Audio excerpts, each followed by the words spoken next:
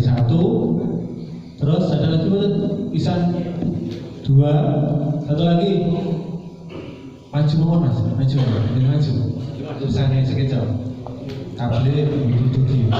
Satu lagi itu isan mas masih lagi enggak, 1, 2, 3 enggak mas, tinggi langsung lawan sebentar.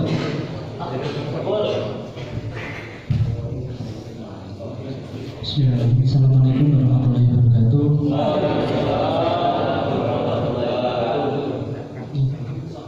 Nami kula tutup saking Pinggir Jati Gilen. Ingkang kula tangalaken niku ya terkait slogan Hubul Badan Minal Iman niku nopo saking misionaris Kristen. Terus lajeng niku ancen nggih napa perlu kita sebagai umat Islam itu mencari justifikasi atas mungkin hadis-hadis Nabi atau mungkin dalil-dalil yang lain atau mungkin seperti itu. Ini kemauan matur Assalamualaikum warahmatullahi wabarakatuh.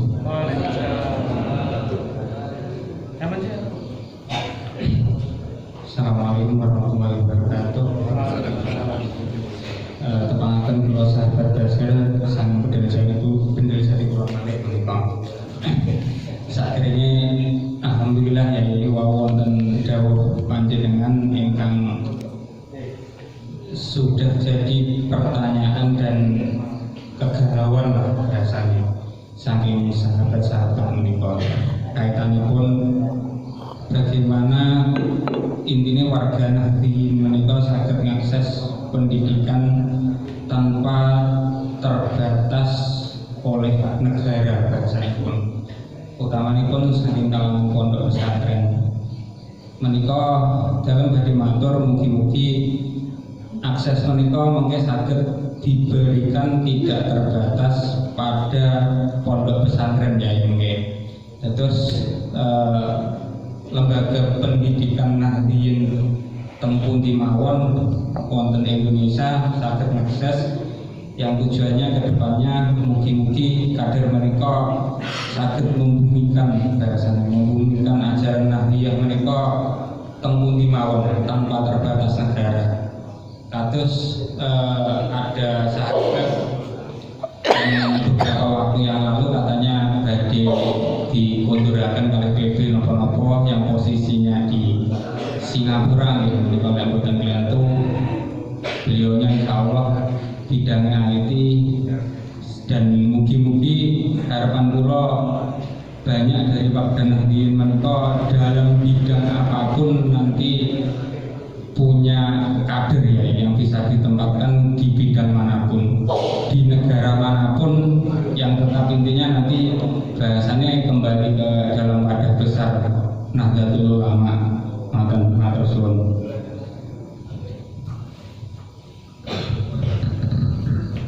Assalamualaikum warahmatullahi wabarakatuh. Kula Wahyu saking Ranting Beliau ingkang badhe kula takalaken bab menikah wae. Semisal wonten persoalan itu Zaid niku buku anak wedok saka Ahmad.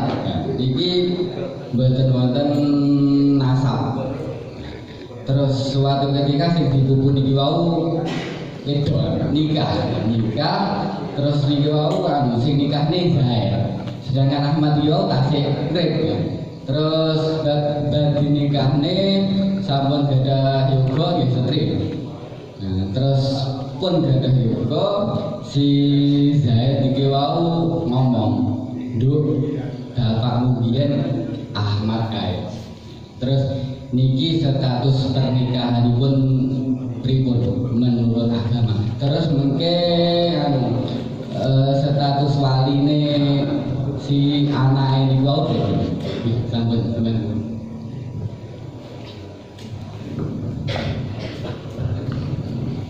Terima kasih atas pertanyaannya. Monggo langsung mawon menjadi dipun jawab.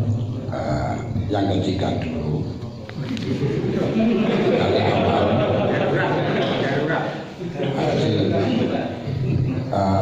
Kita itu mazhabnya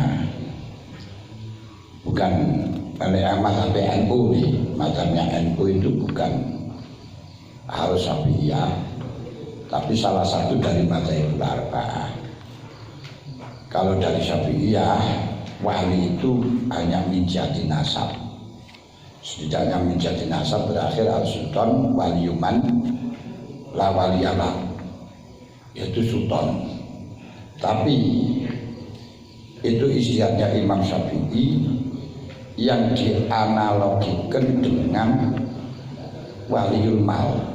Ini ku masalah asobah yang sebenarnya di dalam Quran dan hadis tidak pernah menyebutkan bahwa wali itu urutan dari ayah, mbah dan seterusnya, nggak ada. Yang ada itu dalam bab warisan.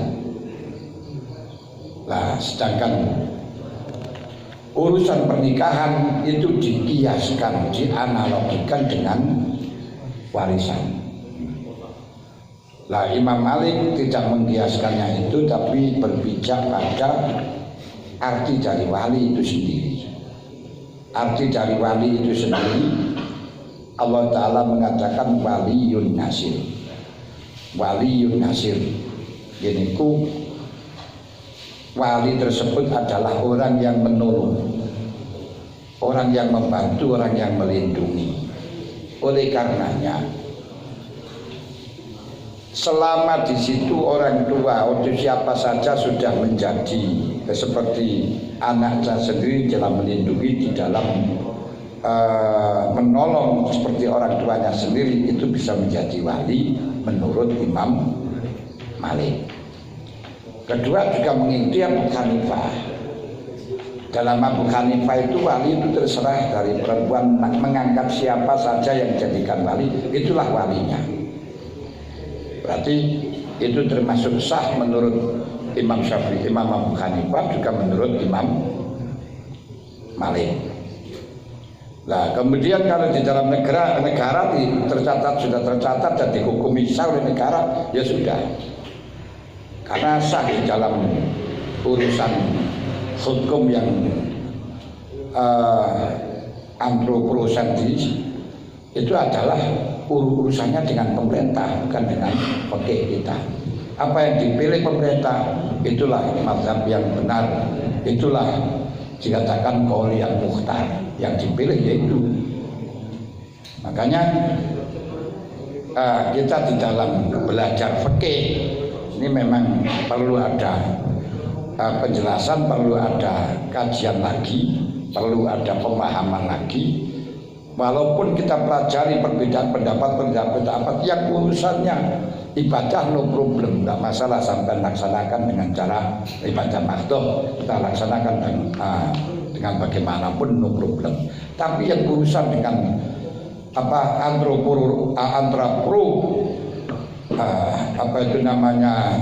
disentris niku urusannya pemerintah.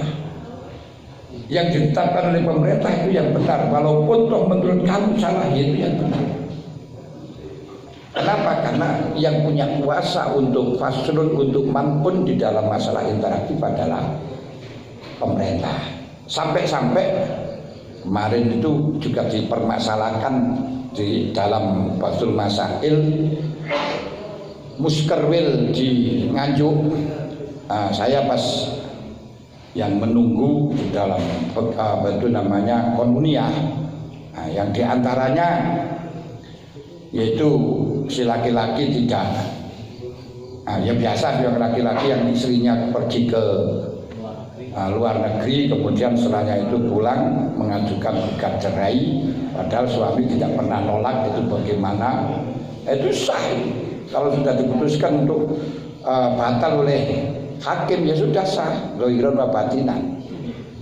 Loh, ini surat-surat kan gak sah, iya, tapi hukum hakim ya fa'al khilaf. Kemudian hakim itu sudah menghilangkan khilafiyahnya macam. Kenapa hakim itu menjadi waliul amri, boleh menikahkan dan juga boleh membatalkan. Nah, sekarang kalau saya cerita masalah perkembangan wali dari mulai zaman sahabat sampai zaman sekarang, wah itu antik juga.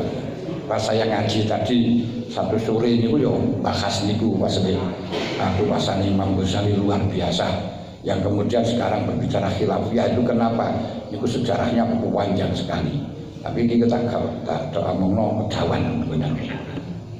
Yang jelas semacam itu enggak apa-apa. Dan seperti kemarin yang digugat-gugat oleh teman-teman termasuk masalah tolak. Tolak itu kalau walaupun sudah menolak, tapi kalau dilaporkan kepada hakim harus diulangi bagaimana bentuk lafadznya tolak. Kalau tidak diulangi gak akan sah. Nah ini bagaimana? Itu berarti menambahi tolak. Tidak menambahi tolak. Ya sudah barang tentu namanya akan menghukumi. Hakim akan menjatuhkan harus tahu bagaimana lafadznya. Barangkali lafadznya itu tidak nolak, tapi hanya mempunyai dugaan itu nolak. Tidak boleh hakim memberi keputusan karena pengakuan saja. Karena ngaku nolak dengan bahasa yang semacam itu, padahal bahasanya tidak nolak, nggak jadi. Hal itu sering juga saya alami. Orang-orang yang datang konsultasi di dalam masalah tolak, terus ini pun jadi jajal sampan lafadznya ya boleh. Terus keadaannya piye? Padahal itu belum tolak, hanya sudah kalau kamu ulangi lagi saya tolak kamu. Nah itu bukan tolak Pak, itu hanya ancaman. Selama belum tolak belum jadi. Nah ini perlu hakim semacam itu ini. Nah, klarifikasi lah. Apa yang diulang itu apa sudah jadi tolak? Ya tidak, di situ hikayah kok. Nah, kalau tidak mau hakim tidak mau menulis. Nah, kalau hakim tidak mau memutuskan, atau kadang-kadang diputuskan oleh hakim setelahnya sudah benar-benar tolak, tapi tidak diterima oleh hakim. Nah ini bagaimana? Kalau memang kamu sudah mengatakan tolak tidak diterima, kami itu ada dua pandangan tadi bahwa hukum itu ada teosentris, ada antroposentris. Makanya di dalam masalah teosentris, masalah urusan ketuhanan, kamu orang Islam jangan kau kumpuli. Jangan kemudian dengan hakim tidak diputuskan berarti nikahmu nggak rusak. Nah itu beda. Atau kalau dilaporkan jangan dikatakan kalau tidak dilaporkan kan berarti masih belum batal, belum tolak. Kalau sudah tolak ya sudah, ini urusannya antara kamu dengan Tuhan. Tapi kalau masalah urusan percatatan ini antara suami dengan istri, antara hubungan manusia biar tidak terjadi geger. Semacam ini harus kita pahami yang semacam itu. Lah berarti apa yang telah dilakukan oleh hakim benar. Judik orang-orang itu ini kalau menurut Pak Siji kabeh malah berarti bener kabeh. Masalahnya anak-anak itu tidak memandang di dalam masalah hukum pemerintah itu bagaimana, tapi hanya begini. Nah kita ini harus paham masalah hukum itu ada dua, ini harus paham. Lek gak paham lah yo. Susah nih urusannya agama tok akhirnya itu tadi. Nah itu berarti sholat nih bro. Pemerintah gak pernah mewajibkan sholat. Tapi apa? Kalau tidak mewajibkan sholat berarti apakah gak wajib sholat? Ya enggak. Pemerintah tidak pernah melarang puasa apa terus gak wajib puasa. Ini urusannya beda. Urusannya urusan puasa dan sunnah itu ibadah makhluk. Urusannya itu urusan Anda dengan Allah Ta'ala. Ini teosentris itu. Wow, bukan masalah antroposentris gitu. Nah, kita harus beda semacam ini. Ini hukum muamalah dengan hukum ibadah beda. Nah, ini bukan masalah mas. Dari mazhab kita mana kalau sudah yang penting ditetapkan oleh pemerintah pun cukup di kubunan. Ini kok menggunakan dengan maliyah gak apa-apa. Apa yang dipakai itu itulah yang muktadiyah kondisinya di Indonesia semacam itu. Malah justru kalau di Indonesia di dalam merumuskannya itu tidak harus menggunakan mazhabul arba'ah. Mana yang dianggap pas kondisi Indonesia ya sudah. Tapi ada kaulnya, ada pendapatnya. Karena saya pernah diundang disuruh memberi penjelasan tentang hukumnya nikah dan hukumnya wakaf, tapi di pesan maaf Pak ya tidak usah harus dengan a'immatul arba'ah, pokok sepenting ada pendapat itu harus diperbolehkan. Yang waktu ini pun undangane para apa itu namanya dari kemenak MUI dan seterusnya ini pun untuk Bakso Masail, tapi ternyata di sana Bakso Masail tidak seperti NU, tapi Bakso Masail saya disodori masalah suruh jawab semuanya gitu. Tapi bukan jawab bukan Bakso Masail di sana semuanya gitu. Wah ini tapi ora apa-apa wis kadung diundang kok. Untuk pertanyaan kedua, jadi yang dibutuhkan di dalam Nahdlatul Ulama sekarang itu kalau kemarin sudah dirumuskan sementara, tapi belum didok, belum didok. Karena ini kemarin itu seperti Anwar Mansur dan Kiai Anwar Iskandar, iki pumpung ketemu kabeh, kita nemokno suriah kabeh iki yo wangel. Terus kita bicarakan setelahnya pertemuan dengan Grand Sheikh yang mengalami bundaran. Ini tidak hanya di dalam urusan agama, kita akan mengakomodir dari semua mahasiswa-mahasiswa, baik itu yang ahli di dalam teknologi, ahli di dalam kimia, nanti IPA, IPS, kita akomodir semuanya dengan berbagai jurusan. Nah, yang sudah barang tentu kalau semacam itu ya nanti tidak jurusan di Mesir enggak, ya nanti di Amerika, di London, di Sudan dan Prancis semuanya akan ada. Nah, dan kemarin sudah menunjuk ini serahkan pada Pak Nuh untuk melobi pada negara-negara lain karena beliau menteri ya Pak Nuh mantan menteri pendidikan. Tapi itu sudah disepakati, belum didok. Belum didok bagaimana? Karena belum sidang resmi. Yang di dalam sidang resmi sudah diputuskan, tapi belum ada penugasan kepada Tanfidiyah. Karena Suriah itu hanya bisa memutuskan, tidak melaksanakan. Kenapa tugasnya hanya memberikan tausiah, memberikan ketetapan harus gini untuk yang kerja ya Tanfidiyah. Nah, kalau Suriah nanti kerja ya nanti ditertawain orang. Nah ini Suriah apa Tanfidiyah kasihnya semacam itu. Nah, jadi yang jelas yang saya tanyakan itu sudah diakomodir dan sudah dibahas dengan Suriah, tinggal keputusan kemudian diserahkan kepada Tanfidiyah karena diputuskan semuanya itu belum dimasukkan di dalam sidang gabungan antara Suriah dan Tanfidiyah belum bisa. Nah, belum bisanya kenapa? Belum ada pesan langsung dari Tanfidiyah kepada Suriah kepada Tanfidiyah, sebab mekanisme di dalam NU di dalam organisasi Nahdlatul Ulama, Suriah itu bagian yang memberi keputusan, yang menetapkan, yang mengambil kebijakan, Tanfidiyah itu yang melaksanakan. Makanya yang nampak di dalam PB dalam ini Tanfidiyahnya bukan Suriahnya. Kenapa? Yang kerjakan Tanfidiyah kemana-mana itu Tanfidiyah itu yang kelihatan. Kalau di Suriah, ya Suriah itu hanya mengambil kebijakan ya sudah, setelahnya diputuskan ya sudah itu aja. Nah, baik urusan Bakso Masail tidak pernah ikut Bakso Masail, tapi yang memberi keputusan tetap Suriah. Nah, jadi yang Bakso Masail yo LBM betul kalau ini. Nah, lembaga Lajnah Bakso Masail, tapi yang hak vetonya tetap pada Suriah. Yang dibandingkan semuanya nih. Nah, hak vetonya semacam itu modelnya di dalam organisasi kita.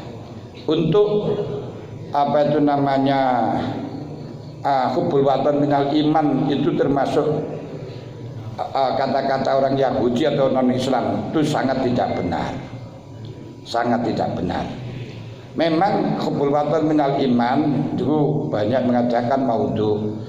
Tapi waqala fil maqasid lam akif alaihi wa maknahu sahihun. Memang saya terlihat dari di dalam hadis yang sahih-sahih tidak diketahui sanadnya. Namun dalam kitab-kitab kita seperti Jamal dan seterusnya lil hadis hubbul watan minal iman. Tapi sanadnya enggak ada. Itu maknanya sahih. Al-aghar fi ma'nal hadis in sahha ma'nahu ayyuhmala annal murad bil watan ini ku al jannah fa inna al maskan al awal aidon al adam ala khilafi anna khuliqa biha. Terus tapi wal murad awil murad bihi al watan al muta'arraf. Jadi itu tanah kelahiran kita. Walaupun tohbul watan al iman itu tidak sahih, umpama tidak hadis, tapi maknanya benar sebab didukung dengan beberapa hadis, dengan beberapa ayat, di antaranya karena Rasulullah yuhibbul Madinah li'annahu wa ta'anahu. Kanjeng Nabi niku mencintai Madinah karena Madinah itu adalah watonnya. Nah, di sini di dalam masalah orang yang dalam memberi makna bahwa kita harus mencintai Madinah, tapi orang yang mengkontekstualisasikan Kanjeng Nabi cinta Madinah karena itu tanah kelahiran, karena itu bukan kelahirannya, karena itu tempat domisilinya. Kita berdomisili di Indonesia juga harus mencintai Indonesia dan semacam itu. Rasulullah mencintai Makkah dikarenakan itu sebagai tanah kelahirannya. Itu terbukti ketika Rasulullah keluar dari gua hijrah ke Madinah, beliau jalan pada selain jalan yang aslinya karena sembunyi. Nah, kalau melewati jalan aslinya kan ya malah gak muhtafin, gak depis. Ya, itu dalam rangka mendepis, yaitu khawatir untuk dicari oleh mereka. Setelahnya aman, dia berjalan pada jalannya dan berada di dalam tanah Juhfah di antara Makkah dan Madinah. Terus mengetahui jalan menuju ke Mekah, dia itu menangis, ingin kembali ke Mekah. Lalu malaikat Jibril datang kepadanya mengatakan, "Atastaqu ila baladik, apa kamu masih rindu dengan negaramu wahai Muhammad?" Qala na'am. Saya sangat rindu. Qala fa inna Allah yaqul allazi farada 'alaikal qur'ana la radduka ila ma'ad. Ayat allazi farada 'alaikal qur'ana la radduka ila ma'ad ini disampaikan oleh malaikat Jibril ketika Nabi Muhammad akan aku kangen atau rindu dengan Mekah. Allah yang telah mewajibkan engkau Al-Quran ini akan mengendalikan pada engkau pada tanah kelahiran. Dan akhirnya dijanjikan oleh Allah, la tadkhulunal masjidal haram insyaallahu aminin. Di dalam tafsir ayat ini memberikan isyarat anna hubbal watan minal iman. Bahkan al-Islam yaqul kasiran al-watan. Kanjeng Nabi sering mengatakan al-watan. Wa haqqaqallahu su'alahu. Akhirnya oleh Allah permintaan Kanjeng Nabi itu dikabulkan. Yuqalu al-jibril tahunnu ila audoniha wa in kana adwa bahidan wa tair ila wakri wa in kana maudiuhu mujdaban awil insan ila watin wa in kana ghairu aksara lahu naf'an. Coba kita tahu unta itu walaupun puasanya sudah lama masih tahu kandangnya. Ucul di mana akan kembali kepada kandangnya. Burung akan kembali pada sarangnya walaupun dalam keadaan kepailan atau dalam keadaan krisis. Manusia akan kembali kepada tanah kelahirannya. Bahkan sampai Allah mengatakan lau umiru alinda ayah ruju awik dulu ma'fa'alu bi'ila qalilan. Kalau dia itu disuruh keluar dari negara atau dibunuh, dia tidak akan pernah melakukan sedikit. Ini disamakan antara keluar diusir dari negara dengan bunuh. Orang itu lebih senang di negaranya walaupun dalam keadaan apapun. Makanya salah kumpul watan minal iman dari orang kafir itu sangat salah. Itu orang sebelah yang mengatakan semacam itu. Jadi orang manusia itu akan kembali kepada tanah kelahirannya walaupun sedikit lebih banyak walaupun yang lainnya itu lebih banyak manfaatnya. Kita ada di pesantren ya bangga ingin kembali walaupun di pesantren itu lebih enak. Nah inilah pelajaran yang sangat berharga dilakukan oleh orang-orang Indonesia. Coba termasuk Islam Nusantara pengajarannya untuk mencintai tanah kelahiran. Sama lihat kerja dimanapun kalau hari raya semuanya mudik.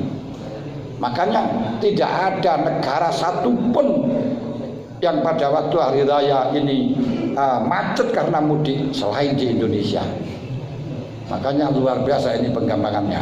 Sayyidina Umar mengatakan laula hubbul watan la khuraba baladusu. Kalau orang itu tidak mencintai tanah kelahiran, maka di mana negara itu jelek, negara itu tidak maju, akan ditinggalkan. Nah, kenapa? Karena kita nggak cinta. Tapi dengan cinta, negara yang asalnya jelek kita datang, kita perbaiki, kita bangun.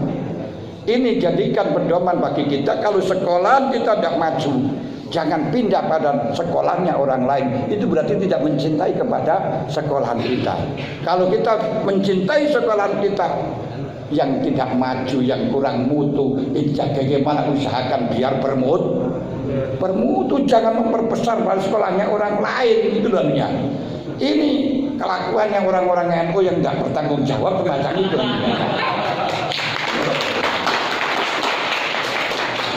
Itu tentang membesarkan sekolahnya orang lain. Nah, ada UNU, tidak usah kita kepada selainnya UNU. Nah, ini penting kita perbesarkan. Wah, gak maju, bagaimana caranya maju gitu loh. Nah, jangan kita tinggalkan. Wah, itu kan asetnya nanti kalau luar biasa, jadi kembalinya kepada siapa. Ini penting. Dalam sekolah-sekolah mari juga demikian. Kalau nggak maju, bagaimana kita berusahakan bersama-sama maju. Jangan terus mencari pendidikan yang lain, kadang-kadang mahal, akhirnya mencrek di dalam akidah. Ini penting bagi kita yang berarti hubbul watan minal iman, itu dalilnya banyak sekali tentang pendukung hubbul watan minal iman. Walaupun hubbul watan minal iman itu sanadnya tidak jelas itu saja, tapi maknanya sahih. Mengenai Sayyidina Umar bin Khattab mengatakan laula hubbul watan la khuraba baladusu fa bi hubbil watan umirat al buldan. Karena cinta tanah kelahiran maka negara-negara yang rendah, negara yang sepi akan menjadi ramai. Demikian pula telah dituntaskan oleh Rasulullah. Nasionalisme yaitu idza qadima min safarin panazara ila judril Madinah. Dalam hadis Bukhari, ketika Rasulullah itu datang dari bepergian melihat pagar batas Madinah, audoa rohilatahu, beliau itu langsung mempercepat jalannya kendaraannya. Wa ikana ladabatin harokah, kalau sudah dalam pendidikan langsung dipercepat dan hayu. Kenapa? Min hubbiyah, karena cinta Madinah. Lah berarti cintanya Muhammad kepada Madinah karena tempat berdomisilinya, karena negaranya. Loh, ini jangan terus kita karena mencintai Madinah, ya bagus kita mencintai Madinah karena di situ ada Rasulullah, tapi ungkapkan bahwa Rasulullah mencintai Madinah karena negaranya, berarti kita diperintahkan untuk mencintai negara kita termasuk Indonesia, mencintai Indonesia karena negaranya. Loh, ini makanya di dalam hadis itu ya katakan berarti wa bil hadis dalalatun ala fadlil Madinah wa ala masriyati hubbil watan wal hanin ilaihi. Dalam hadis ini menunjukkan keutamaan Madinah dan diperlakukannya cinta pada tanah kelahiran dan rindu pada tanah. Nah, aku waton itu bukan tanah kelahiran, tempat domisili tetap niku waton. Makanya kalau sampean bukan orang Tulungagung tapi sudah di sini tidak ingin kembali lagi ke daerahnya, berarti jarani waton sampean itu ya di Tulungagung ini. Kemudian anal itimat lil waton yuhibbu ayakuna fi dzal khufat ala khabiyati bimana ayakuna tifa anil waton la bitibari ardon wa makanan fakot. Yang dimaksudkan dengan cinta pada kelahiran di situ bukan hanya sekedar itu tanah, itu kelahiran, enggak, tapi aktifa anil waton. Kita harus memperjuangkan, menolak dari orang yang cinta, menolak dari orang yang akan mengganggu pada kelahiran kita. Ini seperti jauhnya Allah niku. Ketika mereka niku lau khayra an an ukhriju au uktulu au kutilu, tentu dia akan lama fa'alu ila qalilah. Jadi wong niku dikongkon diusir dari duniane, diusir saka negarane, tentu tidak akan pernah mau. Di sini disetarakan antara diusir atau dibunuh. Diusir atau dibunuh berarti orang itu akan selalu mempertahankan tanah kelahirannya walaupun nyawa harus dikorbankan. Karenanya Mbah Yai Hasyim Asy'ari mengatakan bahwa membela tanah air di Indonesia wajib ain bagi orang yang dalam radius 90 kilo pada waktu itu, fardu ain, baik orang tua, anak muda, baik miskin atau kaya. Dan orang yang mati di dalam mengusir penjajah pada waktu itu, padahal negaranya bukan negara Islam, termasuk layak disebut dengan mati syahid. Niku sampai revolusi semacam itu. Lah orang-orang yang mengatakan itu unik Yahudi dan seterusnya, memang orang-orang yang model khilafiyun, orang yang khilafatiyun, orang-orang yang memperjuangkan hanya khilafah.